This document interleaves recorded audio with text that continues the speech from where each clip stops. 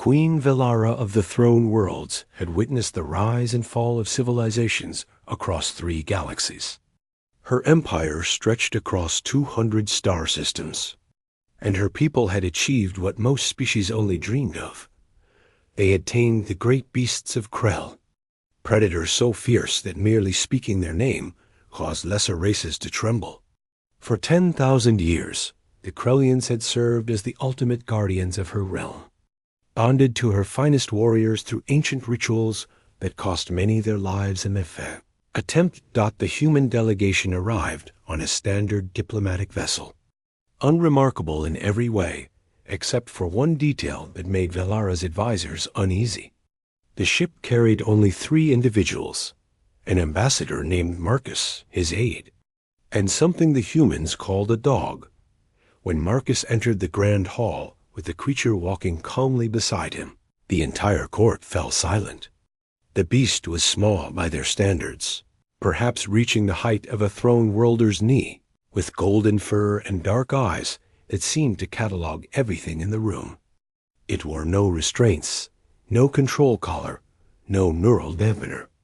It simply walked beside the human as if this were the most natural arrangement in the universe. Velara leaned forward on her crystalline throne. Her 4 eyes narrowed as she studied the pair. The dog sat when Marcus stopped, its tail sweeping the polished floor in steady rhythm. "Ambassador Marcus of Earth," Velara's voice resonated through the chamber, translated instantly by the court's neural network. "You bring a predator into my presence without chains or muzzle. Do you seek to insult us, or do you simply not understand our customs?" Marcus bowed, his posture respectful but not subservient. "Your Majesty, I bring no insult. This is Luna, my companion. Where I go, she goes. It is our way." A ripple of disbelief passed through the assembled nobles. Lord Kane, Master of the Royal Guard, stepped forward. His massive frame, easily twice the height of the human, seemed designed to intimidate. "Your way? We have heard tales of Earth, Ambassador. A world of scattered nations, endless conflicts, a species barely capable of reaching beyond its own star system. Yet you claim mastery over a predator. You mock us." "I claim no mastery," Marcus replied evenly. "Luna is not my slave or my weapon. She is my friend." The word hung in the air like something incomprehensible. Friend. The translation matrix struggled with the concept. As Marcus used it, finding no equivalent in the Throne World's language, it captured the precise meaning. The closest approximation suggested a bond deeper than loyalty, stronger than duty, yet somehow freely given. Velara studied the human with renewed interest. He stood before the most powerful monarch in known space, with the same calm confidence his animal displayed. No fear, no attempt to make himself appear larger or more dangerous. He simply was. "Demonstrate this friendship," Velara commanded. "Show us this bond you claim." Marcus nodded and turned to Luna. He spoke in his native tongue, words the court's translators rendered unnecessary for all to understand. "Luna, show them who you are." The dog stood and moved to the center of the hall. Her movements were precise, economical, every muscle working in perfect harmony. Then Marcus did something that caused several guards to reach for their weapons. He walked to the far end of the chamber, perhaps 50 paces away, and sat down on the floor. Luna remained where she was, watching him. "Luna," Marcus called out. "Come." The dog exploded into motion, racing across the polished floor with speed that surprised even the royal guards. But instead of attacking or displaying aggression, Luna ran directly to Marcus and sat beside him, leaning against his shoulder. Her tail wagged furiously. "Stay," Marcus said, standing and walking back to the center of the room. Luna remained where she was, though her eyes never left him. Marcus picked up a small object from his pocket, a sphere no larger than his fist. He held it up for the court to see, then threw it high into the air, sending it sailing toward the vaulted ceiling. "Luna," Fetch. The dog launched herself forward, her eyes tracking the sphere's arc with absolute precision. She leaped, caught it mid-flight, and returned to Marcus, dropping it gently into his outstretched hand. No commands had been needed for that final action. She simply understood. Lord Cain scoffed. Tricks. Any trainer can teach tricks with enough pain and repetition. This proves nothing. Marcus met the Lord's gaze. Then let me prove it differently. He turned to Velara. Your Majesty, I understand you keep the Krellians as the ultimate test of a warrior's worth. I have heard that the bonding process requires mental fortitude, physical courage, and the willingness to face death. I have heard that most who attempt it fail.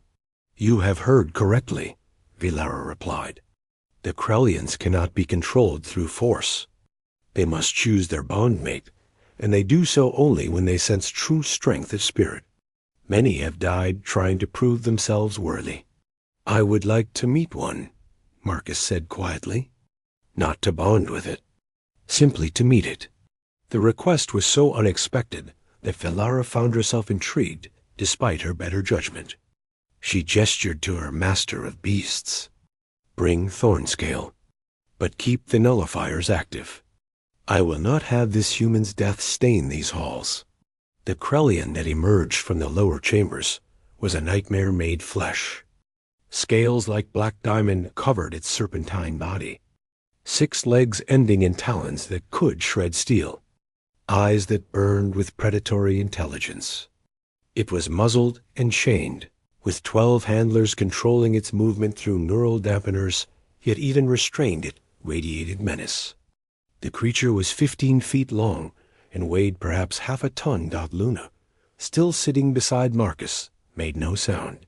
Her ears were forward, alert but not afraid. She was watching, learning, assessing. Thornscale's burning eyes fixed on Marcus, then shifted to Luna. The Krellian went absolutely still. Release the dampeners, Marcus said. Are you insane? Cain roared. That beast will tear you apart. Then let it try, Marcus replied. But I don't think it will. Velara should have refused. Every instinct, every protocol, every law of her realm said she should remove this reckless human from her presence and ban his species from ever returning. Yet something in his certainty, in the way that small golden beasts sat calmly beside him, made her curious. Release them, she commanded, but keep weapons ready. The handlers deactivated the dampeners and removed the muzzle. Thornscale surged forward, chains snapping like thread. Guards leveled their weapons. Nobles scrambled backward. The Krellian covered half the distance to Marcus in 2 massive bounds. Luna stepped forward, placing herself between Marcus and the approaching predator. She did not growl or bare her teeth. She simply stood there, calm and steady, her dark eyes meeting Thornscale's burning gaze. The Krellian stopped. For a long moment, the 2 predators studied each other. One was a creature of legend, bred for war and bonded through blood ritual. The other was a simple animal from a distant world, standing no higher than the Krellian's lowest joint. And Thornscale lowered its massive head and made a sound none in the court had ever heard from a Krellian. It was not a growl or a hiss. It was something almost questioning, almost respectful. Luna's tail wagged once. Marcus walked forward slowly, Luna matching his pace. He approached Thornscale with the same calm confidence he had shown throughout the encounter. When he reached the Krellian, he extended his hand and placed it gently on the creature's scaled snout. Thornscale did not move. You are magnificent, Marcus said softly, and you are not meant to be chained. The Krellian's eyes shifted to Velara, and in that moment, the Queen understood something that shook the foundations of her worldview. Thornscale had always been able to break free. The chains, the dampeners, the rituals, they had all been theater. The Krellians had chosen to serve, perhaps out of respect for tradition, perhaps out of boredom, but they had chosen. They were not conquered. They never had been dot. Marcus returned to the center of the hall with Luna at his side. Thornscale followed, moving with surprising gentleness for something so massive. The Krellian settled onto the floor between the human and the throne, a bridge between two worlds. How? Velara asked, her voice barely above a whisper. How did you do this? Marcus smiled. I didn't do anything, Your Majesty. Luna did. You see, my people learned something long ago, something that changed us forever.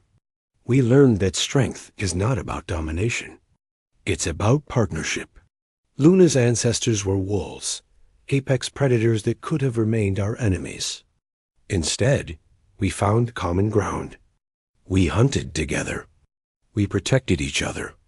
Over thousands of years, we became something neither of us had been alone. We became family. He gestured to Luna, who had settled beside Thornscale, a massive Krellian curling protectively around the small dog. Luna showed Thornscale what she is. Not a slave, not a weapon, a friend. And Thornscale recognized something familiar in that. Perhaps they have been waiting for someone to see them the same way. Velara descended from her throne, something she had not done for a common audience in decades. She approached Marcus and looked down at him, her 4 eyes studying every detail of his face. Your people are barely spacefaring. You have no empire, no grand fleet, no weapons that rival ours. Yet you have achieved something we have sought for millennia. You have found true partnership with predators. Not just predators, Marcus corrected gently. With each other? That's what makes us different, Your Majesty. Not stronger, not smarter,